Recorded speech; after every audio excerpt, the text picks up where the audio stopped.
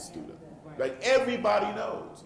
And so you start playing down to where people put you, right? Instead of playing up. Curriculum.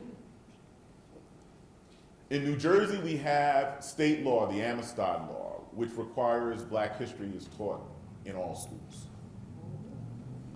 Hasn't been implemented. So that is part of our litigation. The Black Parents Workshop has filed a lawsuit against our school district. That's part of the remedy.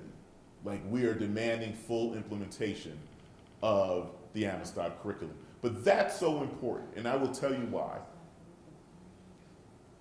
Part of what I fear about this country is that ignorance is going to lead to our destruction. And part of the ignorance is when you don't teach children at an early age the value that different people have brought to this nation. And so when history books are incorrect, when teachers don't have lessons that include the diversity of greatness in America, this is what breeds ignorance. And so we've got to focus on curriculum, because all throughout curriculum, there are opportunities to embed diversity, even in mathematics.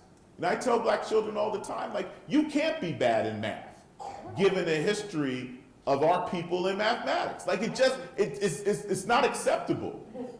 But if they don't know that, then guess what? They will believe whatever lie that they're told. Teacher diversity. I had more Black teachers than my daughter had. I graduated from high school in 1977. She graduated in 2016. I had more Black teachers than my daughter. How does that happen? Like, how do we get to a point when children don't see a diversity of our nation in front of the classroom? And that's really important, because when I was in high school, I was a good math student. I went through a really bad period in math because I had, like my daughter, a 7th grade math teacher who was biased. And he was actually horrible to me at the worst time of my life when my father was dying. And so my math grade crashed in 7th grade, just went through the floor. If it wasn't for a gentleman by the name of Edgar Askew, a Black male math teacher in my middle school, who knew my family, who when I got to 8th grade, he called me into his classroom and he said, look, let me tell you something. You're gonna get an A in math. It's like, there's no way in the world you shouldn't be getting an A. He said, I know what happened last year. Last year is last year. This year, we start all over again. And whatever it takes, if you have to come after school every day, I'm not accepting that grade that you got from last year. The teachers matter, and children should see a reflection of themselves in front of the classroom. And it doesn't always have to be an African-American teacher or a Latino teacher. It has to be a caring teacher. When I was in 2nd grade, one of the stories I remember is that back then they used to have the kids put in a circle for reading time. I used to hate that because I had learned how to read early. So every time it was reading time, I would get up and I'd mosey off to the side. So one day, Miss Kaplan, my teacher, pulled me to the side and she said, you know, Walter, that's really rude when you do that. Like, I'm trying to read. And she said, why do you do that all the time? I said, well, I can read. I don't like to hear you read to me. She said, that's why? She said, okay, when it's reading circle time, you can either take a book or you can go do something else. That's a caring teacher, because she was trying to find out what was triggering my behavior. She didn't take the punitive route and said, oh, you're, no, she really wanted to know, why is it every time we sit in a circle, you jump up, and next thing I know, you're wandering across the room? Because it really did bother me. I felt like, hey, I can read. I don't need like this teacher to read to me. So the treatment of Black and Latino students in the classroom. We have a real problem in our high school, particularly with African American males, being targeted for being under the influence. And what that means is they are taken out of the classroom. Then they are told, and we had a case like this that I brought to our superintendent's attention, and he immediately got what I was saying. I will say our interim superintendent right now is the best person that we've had. We've had 5 superintendents in the last 13 years. Okay. Our interim superintendent now, he's only going to be there for another 8 months, I wish we could keep him. because he's been a godsend, just in terms of his willingness to admit fault. And so with this young man, they pulled him out the classroom, and what they normally do, they tell the student, we need to search you. And if you don't consent, we're going to call the police, and they'll come in and search you. When I heard that, I was livid, because as I told the principal, as I told the vice principal, our children, we send our children to you with some trust that you're going to treat them with respect. I said, you cannot strip them of their rights simply because they're in the school building. We're not going to allow that. So with this young man, because I had a meeting with the principal, the young man, his mom, myself, the vice principal, in that particular case, this young man got an apology. Because the superintendent, right off the bat, said, oh, we need to change the way we're doing things. Because as I said to folks in the meeting, I said, wait a minute, you could have just taken him down to the principal's office and asked him a few questions and called his mother. His mother didn't know what was going on because they never called the parent. Wow. When they search our kids. They just search our kids. They search their lockers. And so the superintendent got it immediately. That's why it's so important to have good leadership at the top. And he understood that we can't do that to our children. So we've got to look at the treatment of Black and Latino students in the classroom, which also goes with the racial balance in our schools. And the atmosphere that is in a building is important. When I was in high school, I never felt as though I was not accepted. And I didn't go to a predominantly Black high school. But I had a building leader in Harold Bloom and teachers who made sure that we all felt embraced. So in our high school, very diverse, and look, it wasn't a perfect experience. When I was a sophomore, we didn't have any Black cheerleaders. And Black students were upset, like, come on, no Black cheerleaders, really? Like, and so we organized a protest, and we walked out of school en masse. And we blocked traffic on the street.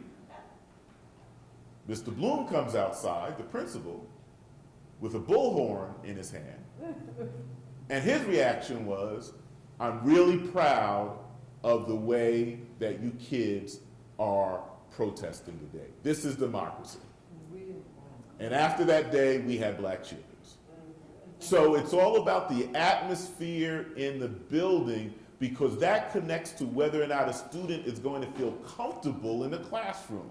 If a child walks in a school building and it's a hostile environment where every time they turn around somebody seems to be at them, guess what?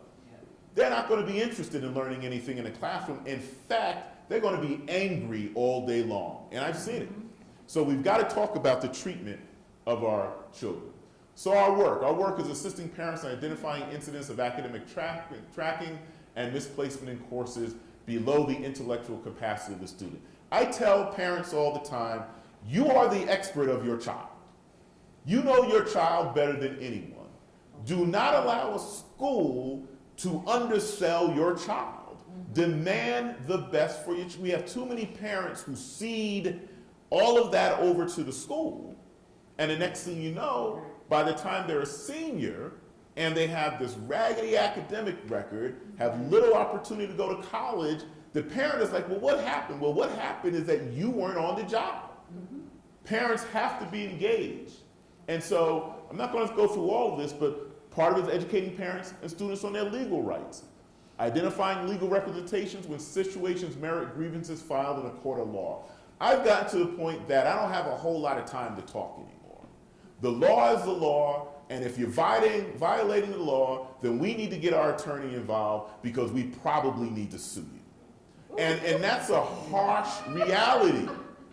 It is, but it's the truth. It's the reason why we filed a lawsuit. We had done everything for 4 years trying to convince our school district, let's work together, let's fix this. And every time we looked around, something worse was happening. And that's when I said, no, okay, fine. If that's the reaction, then we have a reaction too. And so I'm not a fan of litigation, but litigation has a purpose and a time, and sometimes you have to resort to that to make sure these children are getting their legal rights.